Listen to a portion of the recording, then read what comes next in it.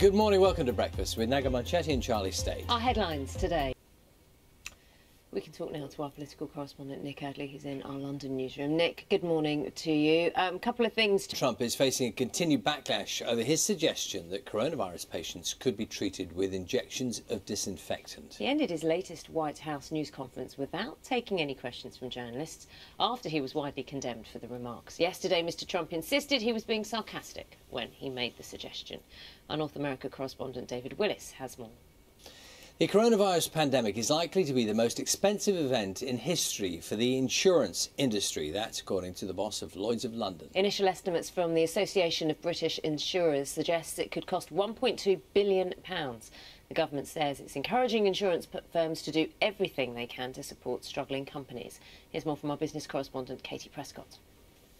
Time now is 11 minutes past 6. We're going to bring you some sunshine this Very gracious. Isn't it? It's worth celebrating. We're going to be talking to Tom and Hannah, his daughter, and Michael Ball later on in the programme.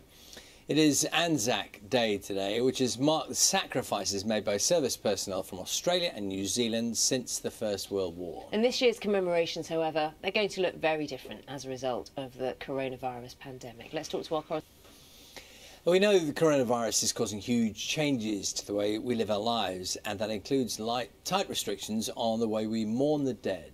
Funeral directors say that increased demand and social distancing rules are making it more difficult than ever for them to care for grieving families. James Waterhouse has spent time with one family as it prepares to say goodbye to a loved one. Of course, we'd like to say thank you to Greg and the Sutton family for inviting us to tell their story of their loss of Tamsin at such a personal and difficult time. And it's a point that a lot of people are making, isn't it? Because we are often on this programme, many news programmes, talking about numbers and statistics, and we are often very mindful that real people behind every story, and equally well that these funerals, which are very, very difficult at the moment, are part of that story, which we will try and tell.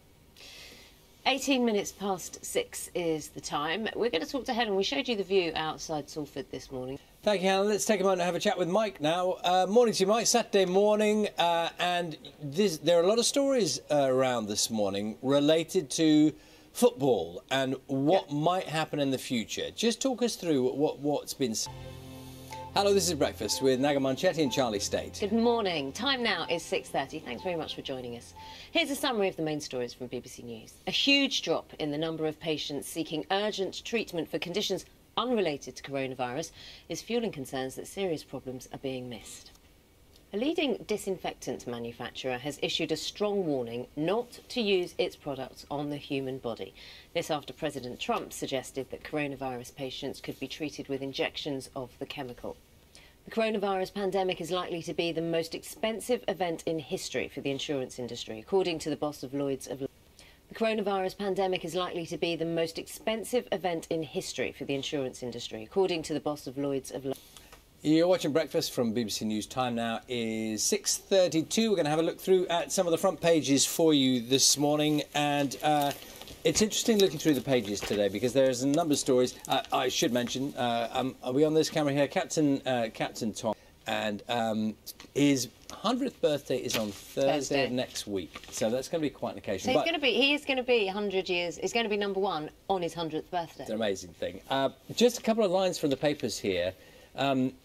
Business told our political correspondent this morning, because a number of the papers have got, it appears, have different angles on the same story, which is to do with when and if things will be returning to any kind of semblance of normality. Well, we are going to be talking to Jonathan Ashworth from the Labour Party a little bit later, so we can kind of put that to him, what the Labour Party would consider doing. There's been a lot of pressure, and it's also on the front page of the Times. We'll talk to Andy Burnham, actually. We'll talk to him about transport and changes as well in when it comes to certain transport services as well, trams, light rail as well, so he'll have some views as well on that.